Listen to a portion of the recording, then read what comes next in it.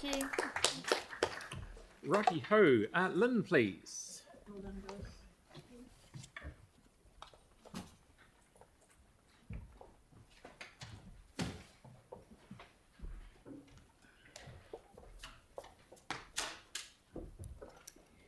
Kia ora.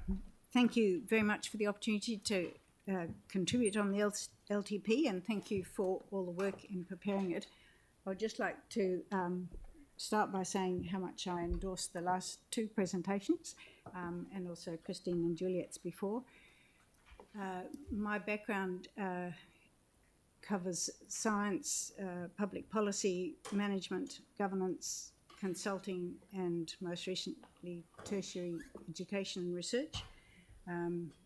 Most recently as a senior lecturer in sustainability and environmental management at Lincoln University, and also teaching for 15 to 20 years a course in the Canterbury MBA on leading sustainable enterprises.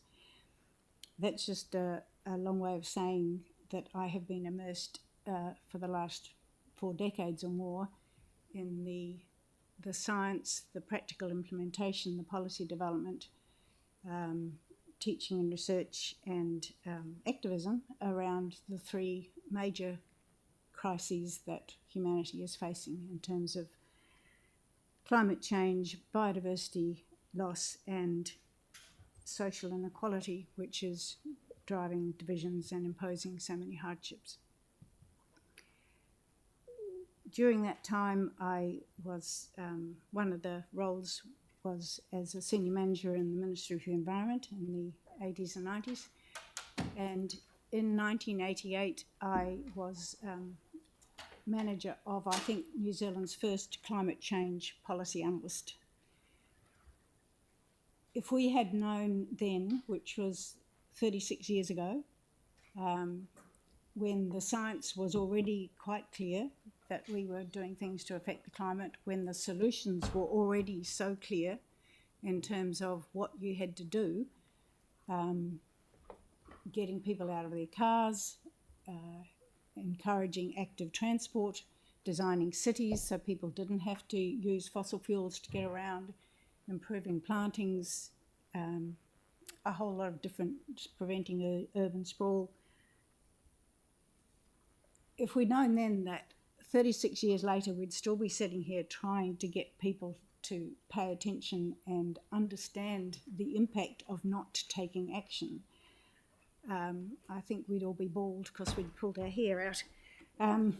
But it's just, it's great that Christchurch has done a number of really good initiatives, and I just want to encourage you, urge you to go further with them, to keep going, to take the, make as much possible effort to make it easy for people to get around without using fossil fuels, in terms of improving cycleways.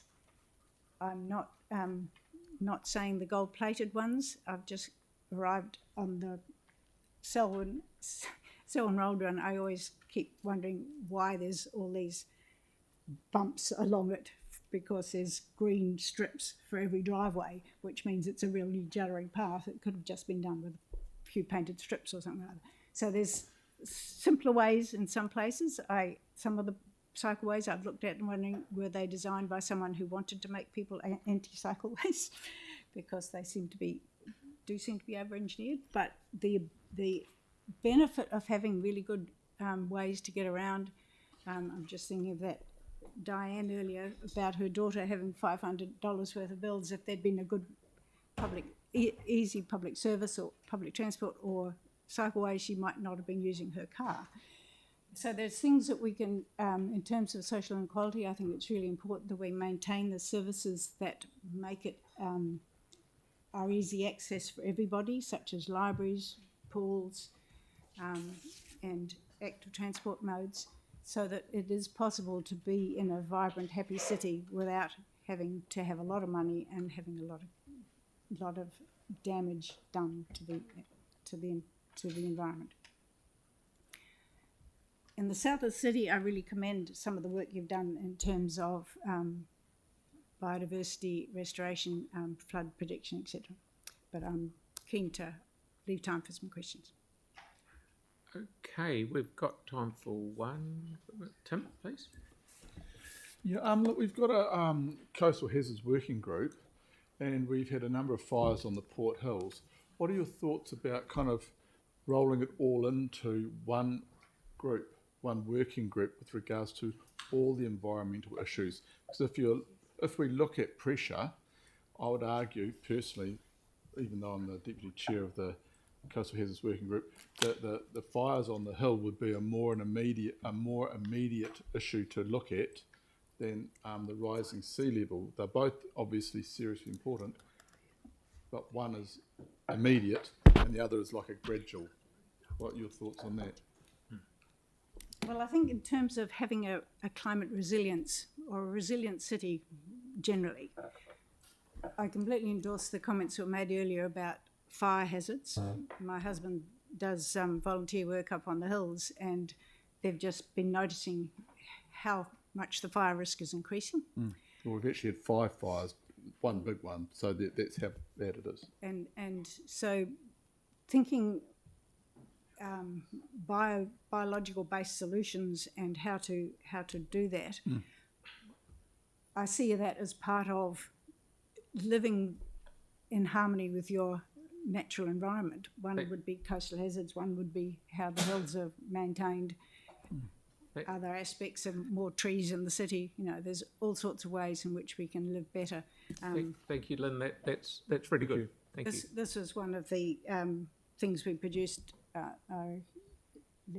writing about the nature of wellbeing, which just explores the various different ways in which we are dependent and interdependent with the natural system that's what we need, thriving ecosystems. Wonderful. Thank you for your submission. Okay, next we have Di, please.